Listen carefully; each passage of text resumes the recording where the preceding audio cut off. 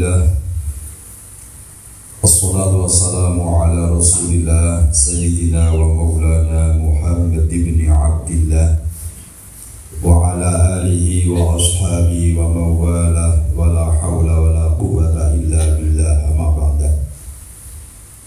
Hadratil mukarramin wasanibun marhabain Al-Habib Husain Asgaf Habib Soleh Al-Jufri, para alim, para kiai, al-khos, kusnaim, wa alibadihi ingkang satu kawula mulyakaken, para pemuda disepuh mewangkan kasepuhaken ingkang satu menoryo hadirin hadirat rahimakumullah langkung para santri pondok pesantren Lukmaniyah ingkang kawula tresnani. Malam ini bersama-sama kita kumpul sareng-sareng keniatan derek mengeti wiyasan dalam junjungan kita Kanjeng Nabi Muhammad sallallahu alaihi wasallam. Kanthi pengajap kula panjenengan sedaya tansah dipun akeni dados umatipun ingkang sami kalebet pikantuk syafaat saking junjungan kita Kanjeng Nabi Muhammad sallallahu alaihi wasallam. Sekedhik kawula badhe ngaturaken cerita sejarah wonten setunggalipun dawuh wa kana sallallahu alaihi wasallam ibnad Dhabihaini. Wonten ingkang ngendikaken Kanjeng Nabi Muhammad sallallahu alaihi wasallam niku putra dari dua orang yang disembelih. Bahkan ketika ditanya kepada Rasul, Kanjeng Nabi ngendika ana ibnu Dhabihaini. Aku iki anak lanange wong sing dibeleh loro. Saya ini putra dari dua orang yang disembelih. Lajeng sinten ingkang dipun maksud kalih Kanjeng Nabi tiyang kalih menika? Setunggal Nabi Ismail alaihi salam. Ingkang kaping kalih Sayyid Abdullah bin Abdul Muttalib, tidak lain dan tidak bukan ayahanda junjungan kita Kanjeng Nabi Muhammad sallallahu alaihi wasallam. Pertama Nabi Ismail, kita sudah maklum, kita sudah pun mengertos Nabi Ismail nate badhe dipun kurbanaken kalih Nabi Ibrahim, sehingga menjadi peristiwa yang namanya kurban. Nabi Muhammad SAW niku menawi dipun inggahaken nasab keturunanipun mangke dumugi wonten ing Nabi Ismail ingkang garwa Nabi Ibrahim Siti Hajar. Karena garwane Nabi Ibrahim itu ada dua, yang pertama Siti Saroh, yang kedua Siti Hajar. Ketika menikah dengan Siti Saroh lama tidak mempunyai anak, kemudian menikah lagi dengan Siti Hajar, dikaruniai anak oleh Allah dan diberi nama Ismail. Sementara kemudian Ibu Siti Saroh juga mempunyai anak yang bernama Yakub, saat itu terkenal dengan nama Israel. Sehingga keturunan Nabi Yakub itu dikatakan Bani Israel. Sekarang menjadi Israel yang bertempat di Palestina. Sementara keturunan Nabi Ismail itu bertempat di Makkatul Mukarramah. Sehingga ketika ada peristiwa Isra Mi'raj itu menyambung saudara. Nabi Muhammad Isra Mi'raj dari Masjidil Haram ilal Masjidil Aqsa. Bani Israel itu menguasai Aqsa, menguasai Palestina, sementara yang turun dari Nabi Ismail sampai ke junjungan kita Nabi Muhammad SAW itu menguasai Makkah. Maka perjalanannya pun minal Masjidil Haram ilal Masjidil Aqsa. Hadirin hadirat rahimakumullah. Kemudian Sayyid Abdullah niku nate ugi badhe dipun kurbanaken kalih Eyang Abdul Muthalib. Nate badhe dipun sembelih. kronologinipun Eyang Abdul Muthalib itu pernah mendengar cerita dari orang tua kakeknya bahwa di sekitar Ka'bah itu ada sumur yang bernama sumur Zamzam. Dikuatkan lagi ketika Eyang Abdul Muthalib ini bermimpi. Di dalam mimpinya beliau diperintah untuk mencari sumur Zamzam kembali dan menggalinya, karena pada saat itu sangat membutuhkan yang namanya air. Nah, kenapa sumur Zamzam kok digali? Sebab zaman semanten kiwa tengen Ka'bah niku dipenuhi dengan berhala-berhala. Kanan kiri Ka'bah itu banyak berhala yang sejumlah 360 berhala yang disembah oleh orang-orang kaum jahiliyah yang pada saat itu dikuasai oleh kaum Jurhum, kaum yang kuat. Nah, jadi saben dinane niki nyembah berhala sira.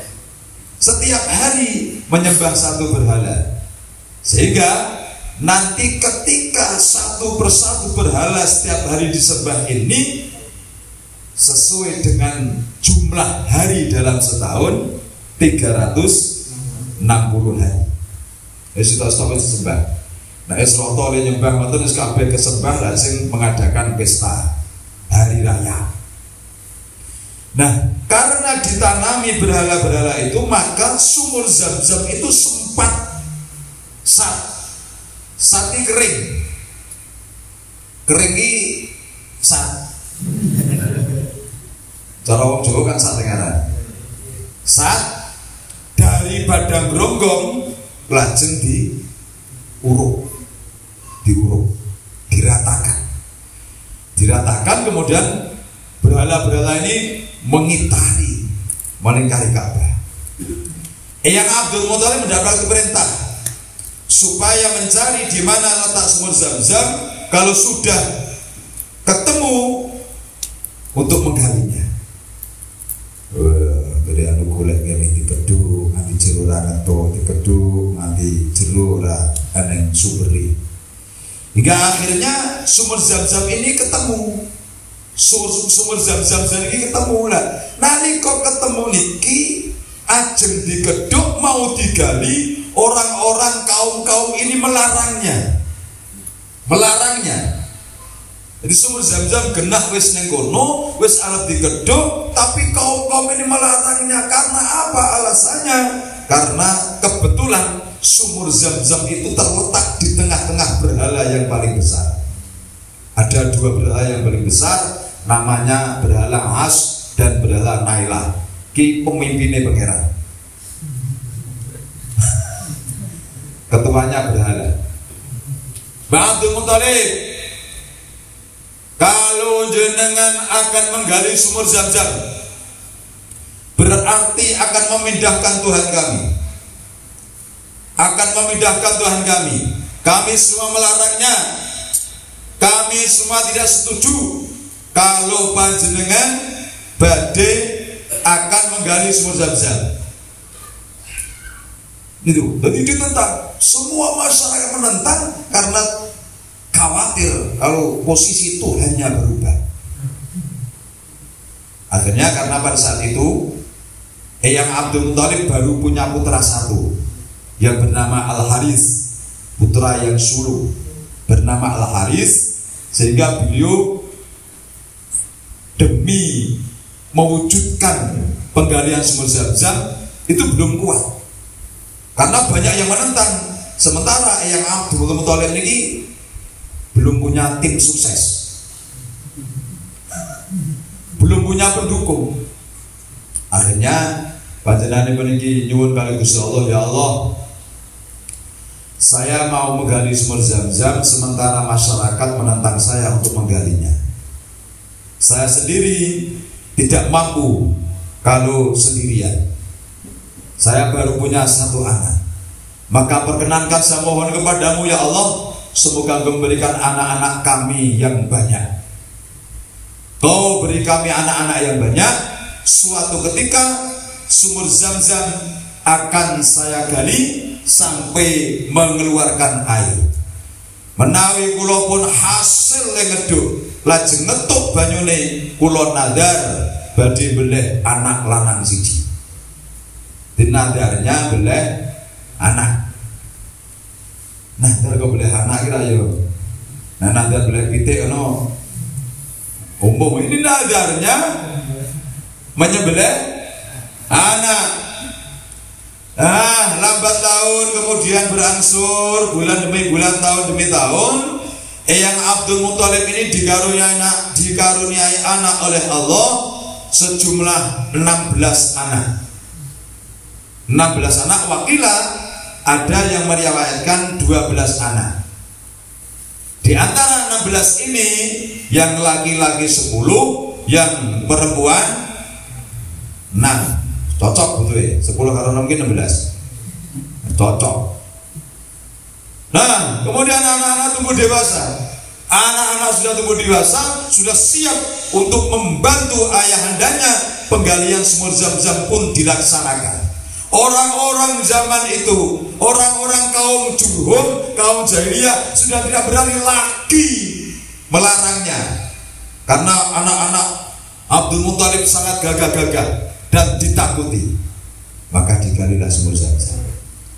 Sumur Zam-Zam pun digeduk, lajeng bersumber keluar airipun dipun manfaataken. Bon, lain hari Eyang Abdul Muthalib ini akan melaksanakan nadarnya, mau merealisasikan nadar yang pernah terucap, bahwa ketika sudah menemukan sumur Zam-Zam dan berhasil menggalinya, mengeluarkan air, beliau bernadar akan menyembelih anak putra satu. Maka ke-10 anak-anak laki-laki dikumpulkan menjadi satu. Ger, anakku sing bagus kabeh. Aku mbiyen tau duwe uni jen aku hasil nemokke sumur Zam-Zam lan ngeduk nganti metu banyune arep mbeleh anak lanang siji. Demi untuk melaksanakan nadar iki, sapa salah siji sing gelem tak beleh. Kira-kira wonten mboten? Boten ditari wati beleh, tari rabi ngono alon-alon. Tari dibeleh, tidak ada yang menjawab. Satu pun tidak ada yang menjawab. Sapa sing gelem tak beleh? Mboten wonten yang jawab. Ya, karena ini nadar dan harus dilaksanakan, mau tidak mau saya harus menyembelih anak laki-laki satu. Demi keadilan, maka anak-anak semuanya akan saya undi. Diundi. Mengko sing metu jenenge ya kuwi sing dibeleh. Pun seluruh anak ditulis namanya. Ada Haris, ada Abu Lahab, Abu Thalib, Hamzah, Muqawwin, anak-anak 10 laki-laki ditulis dan diundi, dikopiok undian itu. Nah, ketika undian pertama dilaksanakan, disaksikan banyak orang, dikopiok, yang keluar namanya Abdullah, berarti sing dibeleh Abdullah. Yang keluar nama Abdullah, maka yang disembelih Abdullah. Ketika mendengar siapa yang keluar namanya Abdullah, orang-orang pun melarangnya. Orang-orang melarangnya, "Mbah, ojo Abdullah, Mbah, iman-iman." Karena apa? Abdullah itu orangnya gagah, ganteng, bagus, bercahaya wajahnya, baik akhlaknya, tidak pernah berbuat salah kepada orang lain, tidak pernah menyakiti hati orang lain. Masya Allah, bagus, ganteng. Maka orang-orang pun nanya, "Ampun Mbah, ampun Abdullah, liyane wae sing elek oke." Nah, ini sudah saya lotre, ini sudah saya lakukan undian. Terus pripun? Gampang Mbah, undiane rasa tidak sah, diulangi lagi. Ini coblosan ulangan biyen. Gampang Mbah, undiannya diulangi lagi. Maka ketika itu karena banyaknya orang yang protes, undian pun diulangi. Undian diulangi dan kembali ketika diulangi yang muncul nama Abdullah. Banyak yang melarang lagi. Oh, restu pirang-pirang pemenang cah putri-putri, gadis-gadis wanita, semua ikut demonstrasi. Karena Abdullah itu saking gantengnya, siapapun yang melihat, apabila wanita melihatnya akan terpesona dan terpikat jatuh cinta. Bapak-bapak, enggak siapa? Masya Allah. Ampun mbah, ampun Abdullah, iman. Dan bisa saya undi, gampang mbah, undiannya tidak sah, dinyatakan batal, baleni mbah. Ulangi 3 kali. Undian diulangi 3 kali, kembali yang keluar namanya Abdullah. Untuk ketiga kalinya yang keluar Abdullah. Yang demonstrasi semakin banyak, tidak setuju kalau yang disembelih Abdullah. Yang Abdul Muthalib bingung, satu sisi saya harus melaksanakan nadar dan wajib saya laksanakan, tapi di sisi lain ditentang oleh masyarakatnya untuk tidak menyembelih Abdullah. Akhirnya sowan kepada kahin. Siapa kahin? Dukun, paranormal, klenik, juru badi. Cara kita berengarani juru badi. Saya paranormal. Nah, mengutarakan problematiknya, masalahnya kula niki gadah nadar bilih anak lanang setunggal. Tapi nalika kula badhe nglaksanakaken nadar kula niki sing oleh undian anak kula sing akil Abdullah. Nalika sing oleh undian Abdullah niku masyarakat kula boten setuju nek Abdullah kula pilih. Pun kula wong salawat sore ping 3 sing metu tetep Abdullah. Niki pripun, Mbak? Dimene nek nurut kitab Taurat matane wong siji kuwi dendane 100 kota. Nek kitab Injil kuwi matane wong siji dendane 10 kota. Saiki ngene wae, anakmu Abdullah kuwi undian karo unta. Pertama, anakmu Abdullah undian karo unta 10. Nek dilotre kok sing metu Abdullah, untane tambah 10. Kok sing metu tetep Abdullah, untane tambahi 10. Nganti engko sing metu jenenge unta. Masya Allah. Di undiannya hanya 2. Ditulis nama Abdullah dan nama unta. Nah, ini. Ini disaksikan banyak orang, pengundian dimulai antara Abdullah dan 10 unta. Antara Abdullah dan 10 unta. Ketika undian keluar, namanya yang keluar adalah Abdullah. Berarti ditambah untane 10 dadi 20. Leboke meneh, diundi meneh, sing metu Abdullah untuk ketiga kalinya. Unta tambah 10 dadi 30. Sampai unta mencapai 50, yang keluar tetap Abdullah. Unta mencapai 70, yang keluar tetap Abdullah. 90 unta, yang keluar tetap Abdullah. Baru ketika unta 100, yang keluar namanya unta. Berarti yang dibelah unta. Abdullah luput dari penyembelihan. Wong niki sorak-sorak seneng ra karo wong cocok. Cocok belah wong ora ning daginge. Ki belah unta 100. Masya Allah, pesta penyembelihan unta 100. Abdullah luput dari penyembelihanipun Eyang Abdul Muthalib, ditebus dengan 100 unta. Maaf, ini saya ceritakan karena banyak sekali yang melupakan tentang sosok Abdullah. Karena memang yang singkat sekali, riwayatnya singkat sekali. Ketika Nabi dalam kandungan umur 2 bulan sudah meninggalkannya. Awalama tamamin habrihi ala masyhuril aqwalil marwiyah tuwfiya bil Madinatil Munawwarati Abu Abdullah.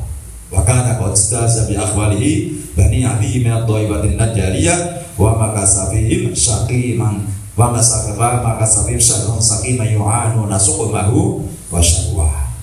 Jadi hanya sampai 2 bulan ketika Nabi dalam kandungan Ibu Siti Aminah, sang ayahanda sudah meninggalkannya. Sangat singkat sekali.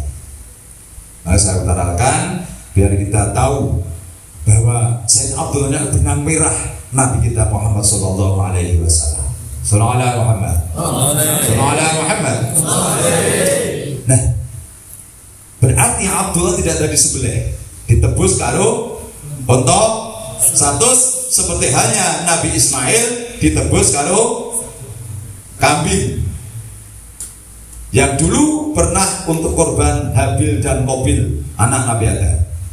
Habil Qabil berkorban karena mereka saling berantem krono wedoan.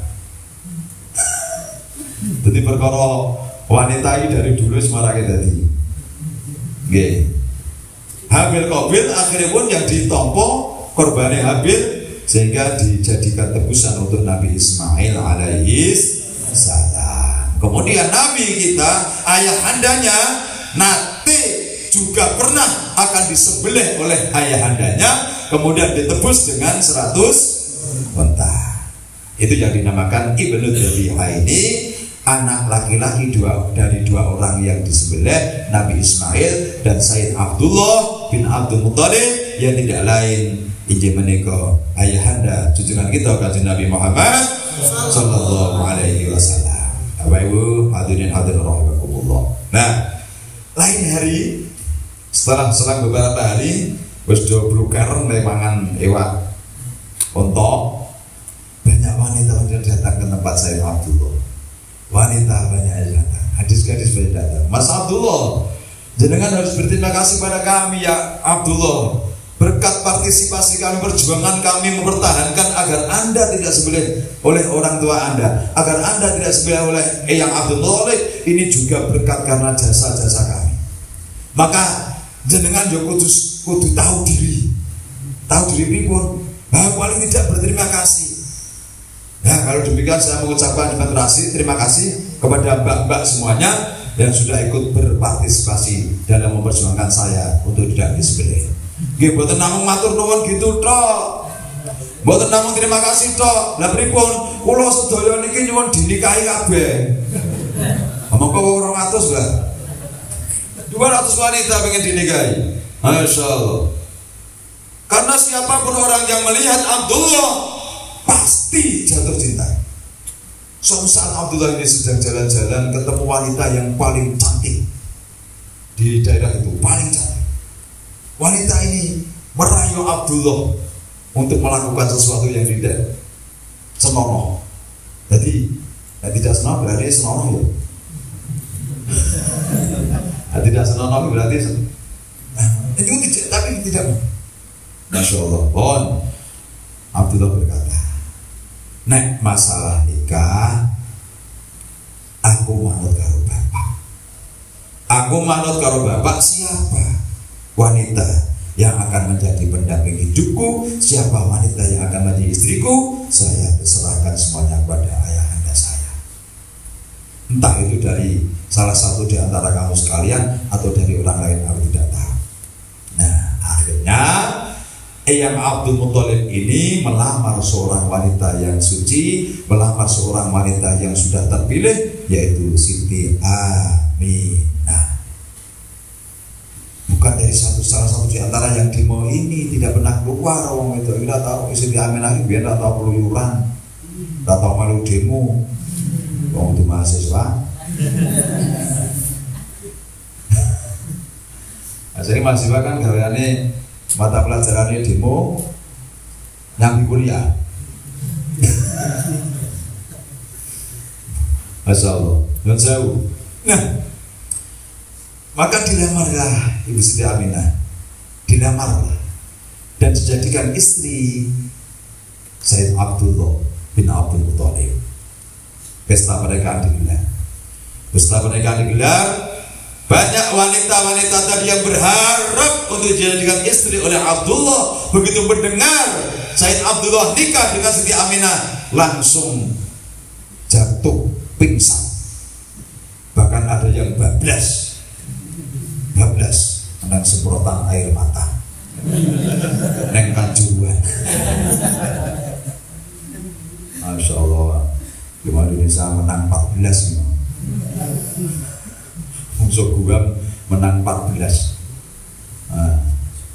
Nah, ketika mendengar Sayyid Abdullah nikah dengan Siti Aminah, banyak wanita-wanita yang terkapar, banyak wanita yang meninggal dunia.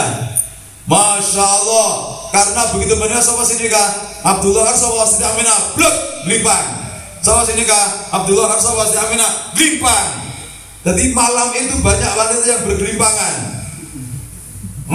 Suka pada neng Kanjuruhan ini banyak, tapi karena wallahu alam. Nah, disitulah kemudian ketika sudah membangun mahliki rumah tangga yang bahagia, tak lama Siti Aminah pun hamil. Siti Aminah hamil muda, coro Jawa ngidam. Ketika ngidam, Sayyid Abdullah ini keluar dari rumah, petuk karo wong wedok sing bingung oyak-oyak, pengen dirabi. Petuk jumpa dengan seorang wanita yang ketika itu dheweke ora ketut mati. Ora mati kabeh. Lurus maput, niku wonge ayu, cantik. Mas, Mbak, iya Mbak, sida ora aku. Abdullah berkata demikian. Mbak, piye? Tidak menjawab, malah melengos, pret. Loh, piye Mbak? Mas Abdullah, jenengan sampun benten kalih nalika dereng nikah riyin. Jenengan sekarang tidak bercahaya lagi. Jenengan tidak terlihat gandeng, tidak terlihat bagus, tidak terlihat bersih lagi. Jenengan pun sudah tidak menarik lagi ketika seperti sebelum menikah. Jenengan tidak seperti itu. Kenapa? Karena naqalahu ila maqrihi min sodabati aminatazub liyah. Karena apa? Sayyid Abdullah terlihat ganteng, terlihat gagah, terlihat bercahaya karena masih ada Nur Muhammad yang ada dalam diri jiwa Sayyid Abdullah. Ketika sudah Nur Muhammad Sayyid Abdullah nikah dengan Siti Aminah, maka Nur Muhammad ini pindah ke rahim ibu Siti Aminah. Nur Muhammad sudah pindah ke rahim ibu Siti Aminah. Dari dulu kan Nabi Adam terus turun-turun ke putra-putranya para nabi-nabi, selama masih ketitipan Nur Muhammad maka akan terlihat gantengnya, terlihat gagahnya. Abdul Muttalib demikian juga, Abdullah pun demikian juga. Ketika belum menikah, belum pindah Nur Muhammadnya, kelihatan tertarik semua wanita, terbirit-birit jatuh cinta, mengoyaknya. Tapi ketika sudah menikah, berarti Nur Muhammad sudah pindah di rahim ibu Siti Aminah. Dan Nur Muhammad inilah awal ciptaan Allah Subhanahu wa ta'ala sebelum menciptakan alam semesta sehingga bahkan ciptaan Allah yang bernama Nabi Adam itu lebih dulu ciptaan Allah yang bernama Muhammad, antara selisih 2000 tahun. Nur Muhammad diciptakan oleh Allah 2000 tahun sebelum Allah menciptakan Nabi Adam alaihi salam. Itu Nur Muhammad, Nurul Mustafa, Nurul Mustafa, Mala al-Adwan, Mala al-Adwan, Habibi Muhammad,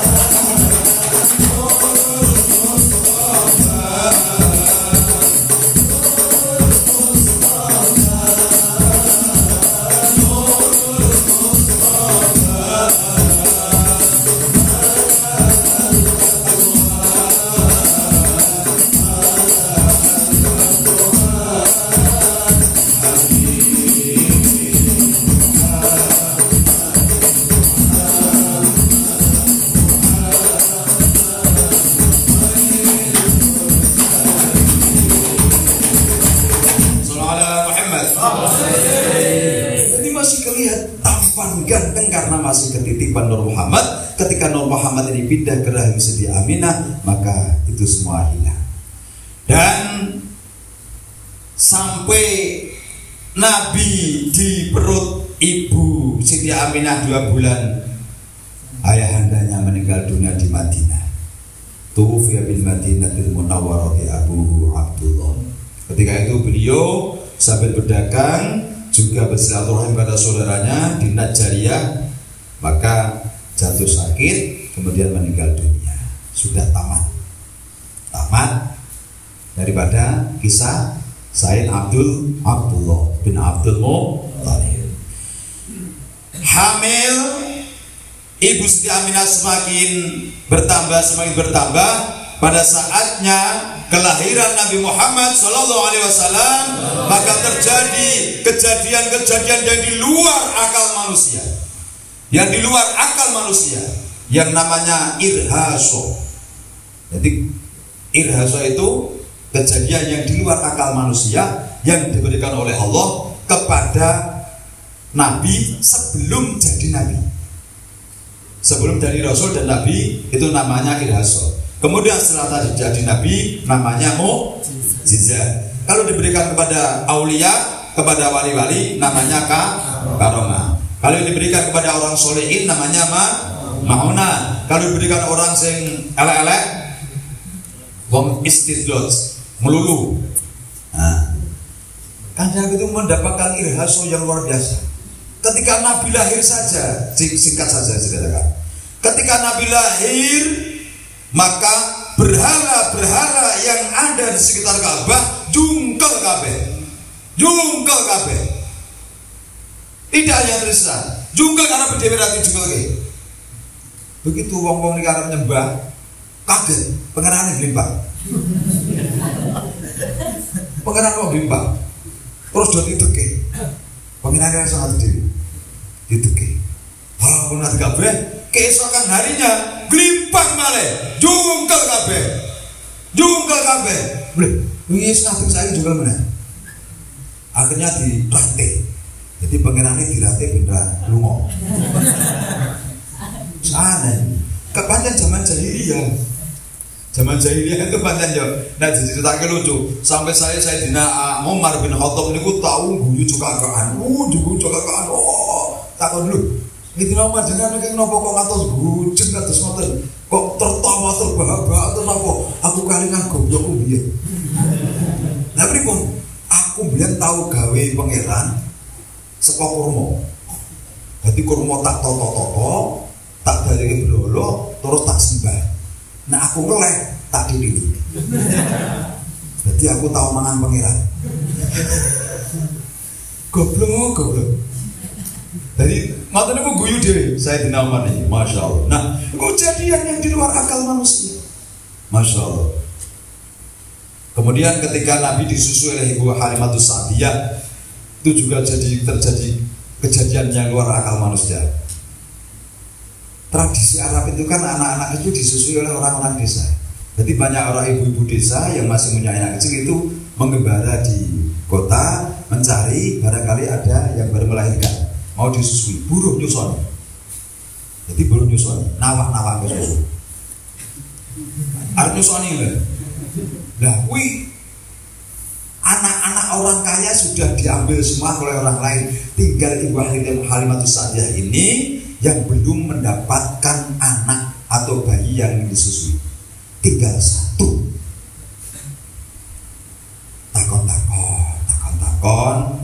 Ngapunten niki wonten bayi ning yatim.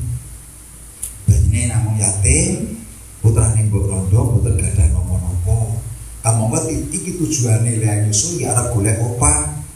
Waduh lha iki piye? Kar sitowe yatim, ra duwe sisa. Ge opahe opo? Sempat berpikir demikian. Terus kon konsultasi kali Kang B Pak di Cipo ora. Iki kok pae sepiro yo ora ngerti wong ora duwe anak yatim. Jadi ku ya dicukupan mbokmu daripada mulai aku apa-apa. Akhirnya Nabi Muhammad kecil itu diambil oleh Halimatus Sa'diyah. Luar biasa.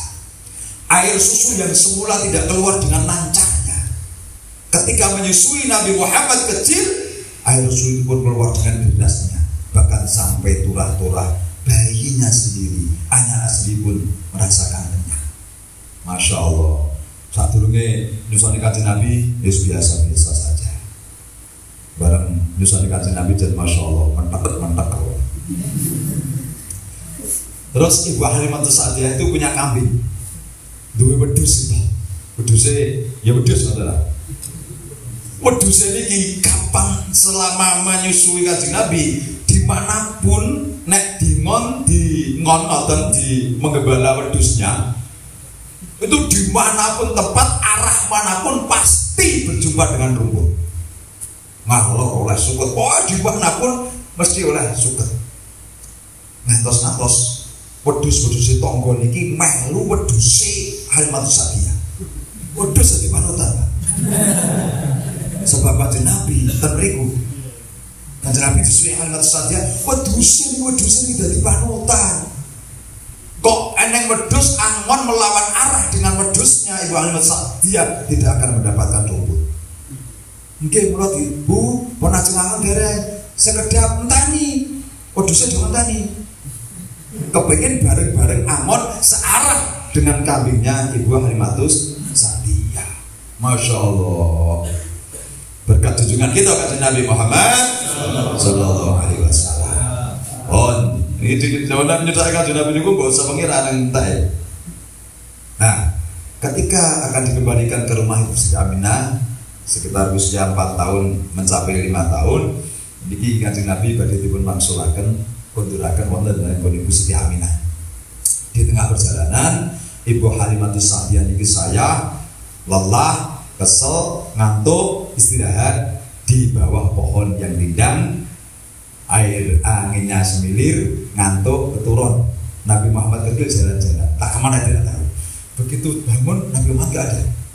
Loh, nanti bocah ini, Muhammad, selalu betul. Aduh, nanti bocah ini. Akhirnya diwanek-waneknya soal Gusti Aminah, gilih. Nabi Muhammad kecil tak kemana tidak tahu. Tolong, apabila ada orang yang tahu daerah sekitar ini untuk mencarinya. Jadi tidak ngerti biar jorongan yang map, ada yang nomor HP. Cari dengan mengendarai kuda, diri kita di daerah setempat. Muhammad, labbaik, gimana kau anakku di sini ketemu? Oh alah, digolek mubeng-mubeng. Sebulan iku nang kene, yuk. Kondur. Itu ajeng dijak angsul dibonceng nang jaran kayak mburi. Bonceng nang mburi. Jarane mboten purun mlaku. Jaran mboten purun mlaku, Pak. Gitik kaya apa mboten purun mlaku. Jarane ra trimo nek kanjeng Nabi kayak mburi. Iki jarane genah. Ngerti maulid. Pas saiki wong do jamane ra gelem ayo padha karo jaran. Oh jaran wedok kok. Bisa ngerti kanjeng Nabi kayak mburi, jarane boten purun mlaku. Begitu kanjeng Nabi pindah ngarep, jrandal jarane, Pak. Memuliakan kanjeng Nabi kayak mburi. Masya Allah, jaran boten purun mlaku. Niku kejadian yang luar biasa, di luar akal manusia. Banyak sekali. Mantos sonten geni api yang disembah oleh orang-orang Majusi ratusan tahun tidak pernah padam. Ketika lahir kanjeng Nabi, padam seketika, mati karena bendera di paten. Jadi gawe apa manaro itu tempat api, tempat api, apinya padam. Nah, apinya tidak dipakai, manaronya sekarang kita pakai, ditempatkan di depan masjid menjadi menara kemudian dan yang dari neng Jawa jenenge menara, ya asline manara dari wong Majusi. Kok api tak sampai geni ning wae Mustofa. Kaya bangunan dhuwur menara dadi menara. Itu Masya Allah. Semua berkat dohiri pun junjungan kita kanjeng Nabi Muhammad sallallahu alaihi wasallam. Maka maulid ini sebagai sarana untuk meningkatkan mahabbah, cinta, tresno kita kepada kanjeng Nabi Muhammad SAW karena sudah diberikan anugerah yang begitu besarnya kepada kita semua. Qul bi fadlillahi wa bi rahmatihi fabidzalika yafrahu. Itu adalah anugerah dari Allah yang begitu besarnya. Dari mana kita bisa baca Quran? Dari mana kita bisa sholat? Dari mana kita bisa beramal soleh? Dari mana kita beribadah? Kalau itu tidak semua dari kanjeng Nabi Muhammad Sallallahu Alaihi Wasallam. Kita tahu ini benar, ini salah, ini ganjaran, ini dosa. Itu ya berkat kanjeng Nabi Muhammad Sallallahu Alaihi Wasallam. Kalau tidak ada kanjeng Nabi, kita tidak tahu itu semua. Kita tidak tahu semua, maka pantas dan wajib bagi kita untuk selalu bersyukur kepada Allah dan berterima kasih kepada Nabi kita Muhammad Sallallahu Alaihi Wasallam. Semoga kita semua mendapatkan syafaatnya. Allahumma ya Rasulullah,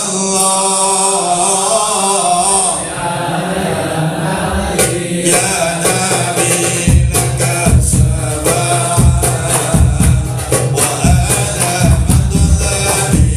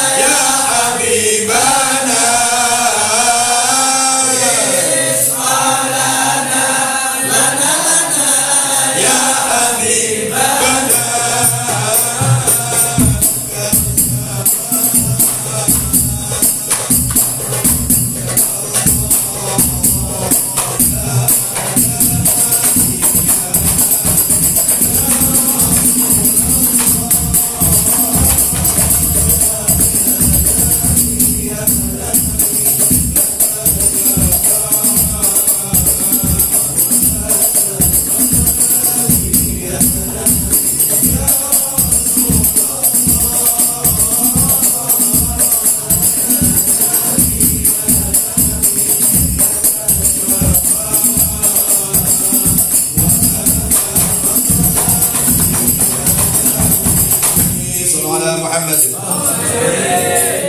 Nabika ya Rasulullah, hanya engkaulah ya Habibu sebagai gondelan kami semua.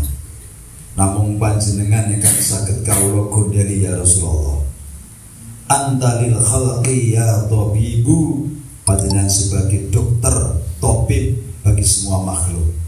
Maka penyakit apapun selalu senantiasa kita berwasilah kepada Rasulullah SAW dengan kita memperbanyak membaca sholawat kepada beliau Rasulullah dengan harapan semoga kita selamat dunia dan akhirat mendapat syafaat Nabi Muhammad SAW. Amin ya rabbal alamin. Al-Fatihah.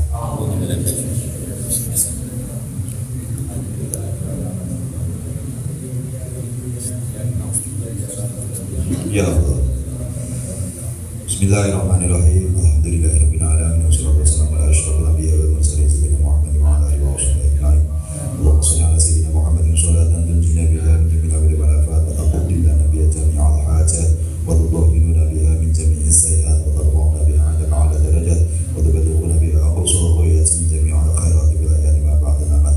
Allahumma shalli ala sayyidina Muhammadin wa ala ali sayyidina Muhammad bi 'adadi kulli da'i wa dawa. Allahumma shalli ala sayyidina Muhammadin tibbil qulubi wa dawaiha wa afiyatil abdani wa shifaiha wa nuril absari wa diyaiha wa qudil arwahi wa hidayah wa ala alihi wa sahbihi wa sallim. Allahumma shalli ala sayyidina Muhammadin sholatan tuwassi'u biha 'alaina al-arzaq wa tuhassinu biha lana akhlaq wa ala alihi wa sahbihi wa sallim. Allahumma ighfir lana dhunubana wa khataayana wa lidina kama rabbana saghira wa li jami'il muslimina wal muslimati wal mu'minina wal mu'minat ahya'i wal amwat. Allahumma arzuqna 'ilman nafi'an wa 'ilman mubarakan fid dunya wal akhirah. Allahumma inna nas'aluka al-huda wa at-taqwa wal 'afafa wa ghina. Allahumma 'inna 'ala dhikrika wa syukrika wa ibadatik. Allahumma akhtim lana bil iman wa la takhtim lana bil kufran. Allahumma akhtim lana bis sa'adah wa la takhtim lana bis syaqawah. Allahumma inna nas'aluka husnal khatimah wa na'udzubika min su'il khatimah. Allahumma ij'alna wa ahlana wa auladana wa dhurriyyatina min ahli al-'ilmi wa ahli al-khair wa ahli al-Qur'an wa ahli sunnati wal jamaa'ah wa la taj'alna wa iyyahum min ahli syarri wa dhayri innaka 'ala kulli syai'in qadir. Allahumma la tada' lana bi majlisina hadha dhanban illa ghafartahu wa la hamman illa farajtahu wa la 'aiban illa satartahu wa la maridan illa shafaitahu wa la jahlan illa 'alamtahu wa la daynan illa qadaitahu wa la faqiran illa aghnaitahu wa la hajjatan min hawaijid dunya wal akhirati illa qadaitaha ayyasartaha bi rahmatika ya arhamar rahimin. Allahumma inna nas'aluka ridhaka wal jannah wa na'udzubika min sakhatika wan nar. Rabbana atina fid dunya hasanah wa fil akhirati hasanah wa qina adzaban nar wa adkhilna al-jannata ma'al abrar bi rahmatika ya aziz ya rabbal alamin. Rabbana taqabbal minna innaka antas samiul alim wa tub 'alaina ya maulana innaka antat tawwabur rahim.